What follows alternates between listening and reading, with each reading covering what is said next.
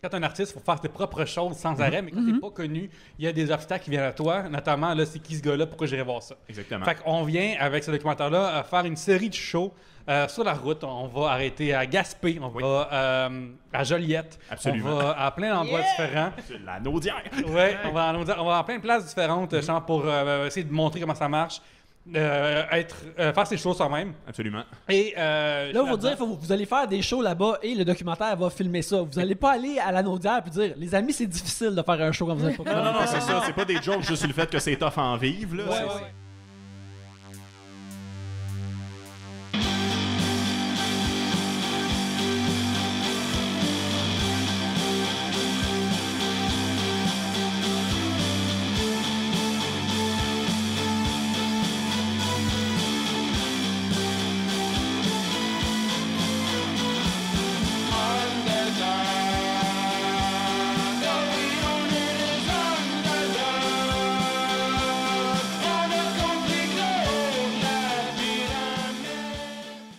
Alors, il va sans dire qu'on n'allait pas charger à la porte pour de quoi qu'on n'a absolument pas pratiqué. On a donc décidé de se dérouiller et, histoire de faire une belle métaphore au gym, de se remuscler la comédie en prenant toutes les opportunités que Montréal avait à nous offrir à cette période de l'année. Ça, c'est essentiellement faire des tonnes de shows de parc et ensuite aller faire l'open mic du Bordel Comedy Club.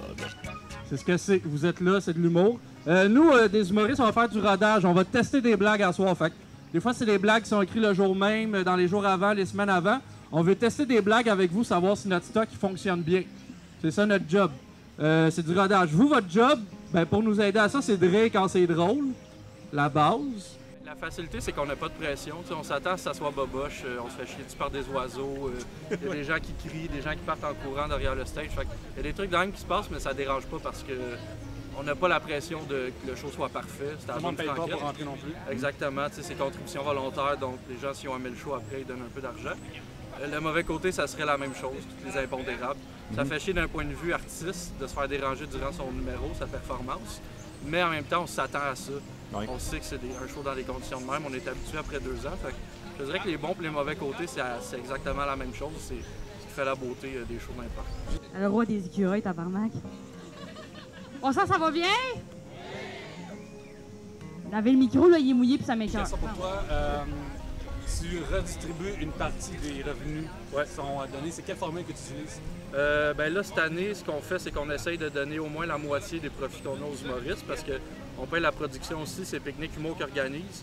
Comme l'an dernier, je transportais le speaker, le micro, le pied de micro dans le métro. De Verdun à Jarry, 2 lignes de métro, un autobus, c'était un peu chiant. Là, cette année, c'est Pique-Nique qui organise ça, fait qu'il y a une cote qui va à eux.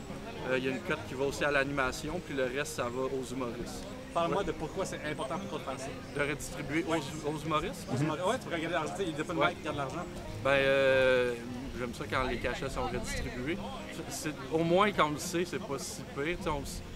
Quand on va jouer à quelque part en connaissance de cause, c'est déjà mieux. Mais même ça, quand il y a des soirées qui se font des énormes montants, je pense que ça serait la moindre des choses de donner. Que ce soit une redistribution symbolique, mais au moins un petit quelque chose là, pour le déplacement, l'effort d'être venu là. La madame, elle parle pas dans le micro. C'est madame de la ville, puis personne n'entend, fait que c'est vraiment drôle.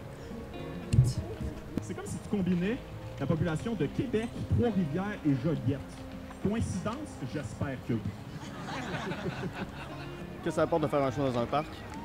Ben c'est ça, un bon show, ça vaut la peine. Ici, c'était vraiment un bon show. Il y avait beaucoup de monde quand même. Puis genre, je me suis enregistré, je vais avoir les rires, puis je vais pouvoir faire « Ah oui, ce rire-là vraiment était fort, ce rire-là était vraiment moins fort. » Sauf à droite, quelqu'un avait un chien qui était vraiment beau, puis le chien n'arrêtait pas de jouer avec le propriétaire, ça me dérangeait tellement, j'avais juste envie de comme aller voir le chien en place de faire le show à un moment donné. Qu'est-ce que tu penses de la performance d'Olivier et de Vincent? Je les ai pas trop écoutés, j'étais en train de discuter avec... Ce qui est fun, c'est que dehors, on peut se retrouver avec des humoristes, puis là, on est excités, on était vraiment longtemps en dedans, fait qu'on est comme « Oh my God, j'ai pas vu depuis 1 an et demi, 1 an. » Fait que j'ai pas pu... Ben j'ai juste vu Vincent un peu avant, puis ça semblait rire pas mal, fait que je suis content pour lui. Vincent, parle-moi de ta performance ce soir. Je suis content. Je suis content. J'avais super peur, en fait, pour être full honnête. Puis stupide, en fait, parce que sur scène, j'ai eu beaucoup de plaisir. Ça s'est bien passé. C'est peut-être juste parce que ça faisait quelques semaines que j'en avais pas fait.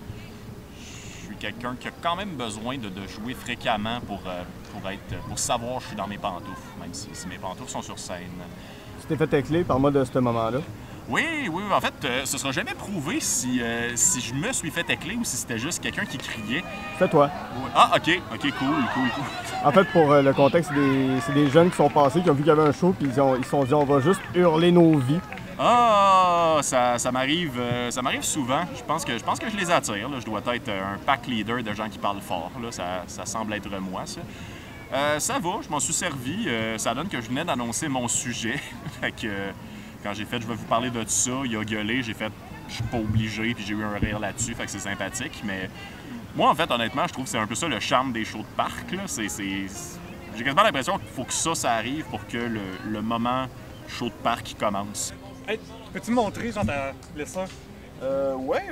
En fait, c'est que je me suis décrissé la poitrine en faisant du vélo. Mais je m'en allais à un tournage, puis j'ai pas de remplaçant. Je suis rendu là dans ma carrière. Fait que j'ai mis un chandail par-dessus la blessure pour ne pas inquiéter les gens que je filmais alors que je saignais abondamment pendant que je les cadrais. Là. On joue dans des conditions terribles. Post-blessure, on n'arrête pas. Fait que parle-moi de ton expérience aujourd'hui. C'était le fun. Ben, j'aime tout le temps ça, jouer dans les parcs, parce que ça permet de tester devant, parce que les rires sont pas forts. Fait qu'il faut que tu aies une confiance en ce que tu livres. Si ton gag est bon, là, tu vas l'entendre pour de vrai, mais si c'est correct ou pas bon, tu n'entendras rien, puis c'est ça qui est le fun. Tandis que dans une salle, tu sais, des fois, tu peux avoir 2 personnes qui rient, puis tu as l'impression que c'est bon, tu sais. Mais dans un parc, s'il y a juste 2 personnes qui rient, c'est pas bon. On a terminé notre série de parcs avec somme toute un bon feeling. On était contents de nos performances, puis aussi on avait eu droit à ce petit dérouillage dont on avait possiblement grandement besoin, parce que ça faisait longtemps qu'on n'avait pas joué. Et on s'est ramassé en fait juste très près à aller à la Mecque de la soirée d'humour, notre quartier général à tous les humoristes, si on peut l'appeler ainsi, le Bordel Comedy Club. C'est du bordel. Ce que j'aime, c'est que quand t'es dans le milieu, ou même si tu l'es pas, mais t'es toujours assuré de voir ou rencontrer des amis. Fait que, tu sais, c'est un peu le quartier général. Je viens au moins, même si je joue pas, je viens au moins 2 ou 3 fois par semaine. Si, mettons, t'es chez vous puis tu t'ennuies, ben c'est sûr que si tu viens au bordel, tu vas croiser des gens que tu connais. Tu vas avoir des discussions par rapport à ce que t'aimes faire, du monde aussi passionné que toi. Fait que c'est comme un peu le quartier général. On se rejoint tous là. Puis le staff est super. Puis c'est tout le temps le fun de venir au bordel. Fait que, on est au bordel. On est au bordel des chums, puis c'est la seule fois en fait du documentaire qu'on va au bordel a priori. Ne l'oublions pas.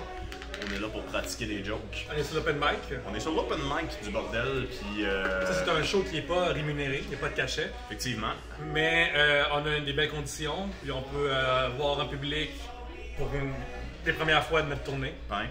En passant, on a vendu des billets aujourd'hui. Oui, j'ai vu ça. Puis aussi, je trouve qu'un avantage de jouer en dedans versus dehors, c'est que j'ai pas à crier dans le micro. Ouais. Ça, pour moi, pour ma voix et pour mon problème d'élocution d'encombrement, ça fait en sorte que tu avais un monde de différence pour mon début. Tu parles plus fort dans le micro dehors? Dans le parc, ben, je dirais que genre, il y a tellement de bruit, il y a tellement de chiens qui gossent, il y a tellement tout ça, les enfants qui jouent du skate, que j'ai feeling qu'il faut que je projette. Ils jouent du skate, ils jouent du roulis roulant. C'est ça, on est au bordel, puis j'ai réalisé que ça fait 2 ans que je joue ici.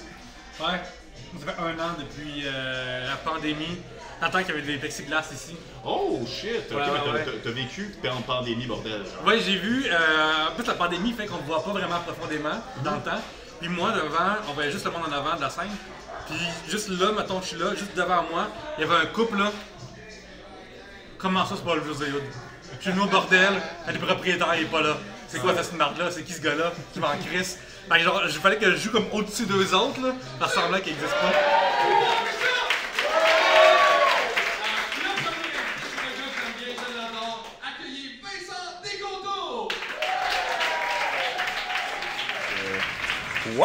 Ouais, je suis fucking content. Pour de vrai, ça n'a pas de calice de sens. Sérieux, je suis très heureux.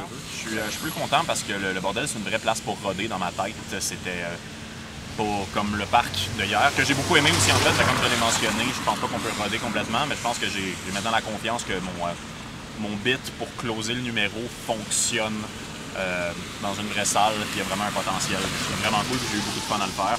Je suis comme chaud, là. Je suis dans un strike de... Les shows vont bien, jusqu'à ce qu'il y en ait un qui me détruise. Mais je suis bien content de comment ça s'est passé. J'estime que ça s'est bien passé. Comment ta première fois au bordel? Ma première fois au bordel, ma première fois était rough. Ouais, était rough puis weird, en fait, parce que ça s'était bien passé. C'était beaucoup plus de la mise en scène, de comme genre c'est drôle qu'ils fassent ça, que c'était des gags drôles. Maintenant, qu'est-ce que ça te fait de jouer au bordel, que ce soit sur l'open mic, que ce soit sur la soirée? Ça me fait peur, pour être full honnête. Je suis pas nécessairement quelqu'un qui performe tout le temps super bien au bordel. C'est vraiment comme une fois sur deux en général. Il y a beaucoup de gens qui disent que le bordel c'est une salle facile, mais genre je me suis déjà planté dans cette salle-là, puis ça m'inquiète tout le temps un peu. Parce que c'est souvent une salle que genre si ça se passe pas bien, genre je peux perdre confiance envers un numéro. Ben ça, je vais me présenter, je m'appelle Pierre-Luc Racine. Parle-moi de ta première fois que tu as joué au bordel. En fait, j'ai joué au bordel, ça a été, je pense, mon 2e ou 3e show à vie. Puis j'avais une nervosité qui était vraie. Fait que, tu sais, comme le monde, il avait averti, genre, hey, Pierre-Luc, c'est ta première fois au bordel. Fait que les gens étaient super généreux, ça m'était vraiment le fun. Je me souviens sorti de là en me disant, c'est vraiment plaisant. Puis j'avais une coupe de clap même, alors que mon matériel était pas super bon. Ça représente quoi pour toi maintenant de jouer au bordel? C'est encore impressionnant de venir ici? C'est plein de souvenirs pour moi, jouer au bordel, ça passe d'une catastrophe à je suis le roi du monde. Je me souviens, j'étais en attente, dans le temps qu'on pouvait attendre sur le bord pré-pandémie. Puis il y a la foule est prête. Là. Fait que là, dans le temps, ce qui se passait, c'est que les réguliers du show avant, les humoristes attendaient, puis après, ils arrivaient. Fait que là, la salle est bonne, puis tout. Puis là, il y a un gars qui s'appelle Julien Lacroix, qui était super connu dans le temps. Peut-être qu'il l'est encore aujourd'hui. Puis, bref, il arrive, puis là, la crowd, là, c'est le retour du Messie. Là. Genre, le monde n'en revient pas. Je ne peux pas croire que ce monsieur-là est là. Puis j'ai payé juste 5$. My God, je suis choyé. Puis lui, il a fait du crowd work pendant 5 minutes au lieu de faire son matériel. Puis le monde n'en revenait pas. Fait que là, il a dit au gars à la technique, « Hey, je peux-tu revenir faire mon numéro? » Puis le gars a dit oui. Fait que là, « Hey, mon Dieu, il a 2 fois que je viens à la croix dans un open mic. Je peux pas croire que ça m'arrive. On est tellement chanceux. » Puis quand je suis arrivé après, la catastrophe, là, genre le monde était comme, ben, ça a été trop des fireworks. Puis à l'époque, j'avais pas d'expérience. Fait que pendant 1 an, je suis même pas revenu. J'étais tellement humilié.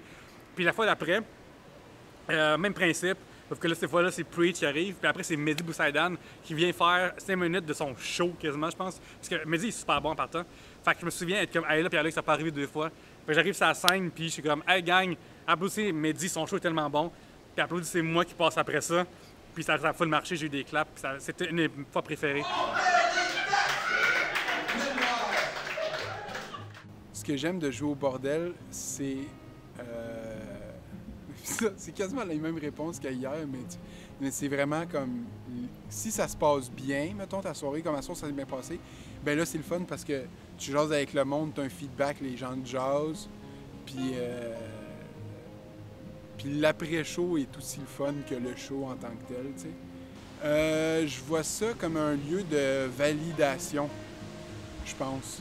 Tu le vois rapidement, mettons, quand ça marche bien au bordel, ça se parle vite dans le milieu, mettons. T'sais, ça se passe bien au bordel, ta prochaine date, elle va arriver plus vite. T'sais, ça se passe mal, elle va prendre du temps, t'sais. Fait que, tu sais, mettons, moi, quand j'ai commencé, ça se passait bien, j'étais booké plus rapidement, ça se passait mal, j'étais booké moins vite. Fait que c'est là que je voyais une progression. C'est comme si tu passais un examen, genre. J'aime ça, les examens, je suis académique. Et c'était tout qu'un agréable devoir qu'on a vécu. On est parti du bordel avec une belle confiance en nous, une belle confiance en notre matériel, et avec 32$, parce que les shows de parc ont payé finalement. Pour de vrai, merci Mathieu, t'es un mec en or. Donc c'est avec de la confiance puis de l'argent pour le gaz qu'on se préparait pour samedi, dans lequel on allait vivre nos 2 premiers shows payants. Shows qu'on faisait à Joliette et à Montréal, du territoire connu pour nous. Donc on avait une belle confiance, puis on était pas mal certain que ça allait 100% bien se passer. Du moins, c'est ce qu'on pensait.